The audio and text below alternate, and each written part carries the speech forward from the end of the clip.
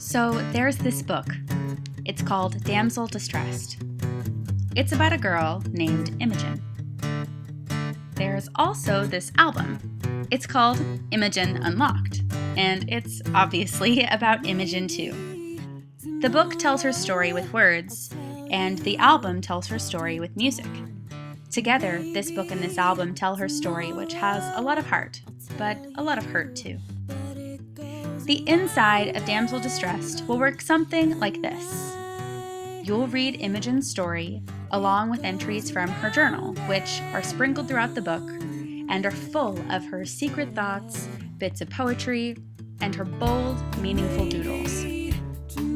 Tucked away in those doodles are hidden QR codes that you can use to navigate to the Damsel Distressed website, where you'll find the real-life songs from the book's soundtrack album, Imogen Unlocked. Each song is inspired by a specific scene and extends the experience of the book. While you're there listening, you can also check out the lyrics, find other artwork and extras, which help you go even deeper into Imogen's mind and heart.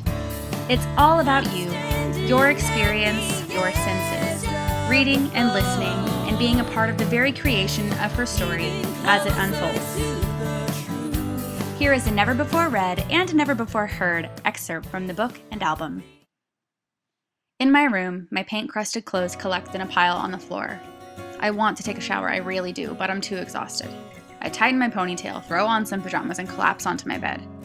I rest on the quilt for a moment until I feel cold wetness seeping into my clothes. I muster all of my strength to push back against my bed. What the actual what? I rip back my cover and remove the soaking wet towel which had been lying out of sight, waiting. I wad it up and storm from my room. My footfalls echo as I walk, and I resist the urge to shout fee-fi-fo-fum as I approach Carmela's door. But then her giggling cuts through the wall. It's not worth it. I retreat to the bathroom and notice a bright green post-it stuck to the mirror. It says, "This isn't your bathroom anymore. You left your disgusting wet towel on the floor, so I put it away for you. Sleep tight." I toss the wet towel over the rack and pause in front of the mirror for a moment, but nothing sounds worse right now than looking in a mirror, so I don't. I pad back to my room and grab a bag of chips out of my bottom drawer. I crunch on 6 or 7 at a time as my pencil scribbles across the page. When are we gonna get a fat princess? How about a princess with bad acne and crappy posture and the mouth of a sailor? Probably never. Every single one is the same. Totally hot, totally predictable. Snow White has the attention of 7 little men, not because she's the only one who can reach the top of the bookshelf, but because she's a porcelain-skinned, ruby-lipped knockout. The Little Mermaid got a prince because she had to shut her trap for 5 whole seconds and looks fierce in a bikini. And Cinderella? She's a girl who clearly demonstrates to the prince that she's got lots of experience on her knees and doesn't mind getting dirty. Carmela would run in that clique for sure. Blah, blah, blah. Deep breathing, pills, journaling. Therapist George would be so proud. Cut me open. Tear me apart. Make me small enough to hide. Scatter me across the sky. Send me far away from here, where I'll be the smallest star until darkness disappears. Let me fade to silence,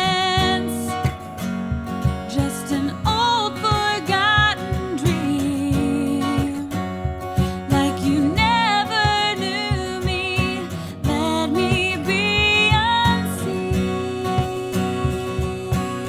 So what do you think? The inside of the book sounds pretty cool, right? Well, we want the outside of the book to be cool too, and that's where you come in. We need a cover. We're having a cover contest to find one that captures the heart of the story, and there's no better source than you, after all, because you are the heart of the story when it's all said and done. Imogen's cover can reflect her quirk, her snark, her pain, her heart. The only limit is your imagination. If you're particularly inspired, you can even make multiple entries. Just be sure to submit each one separately.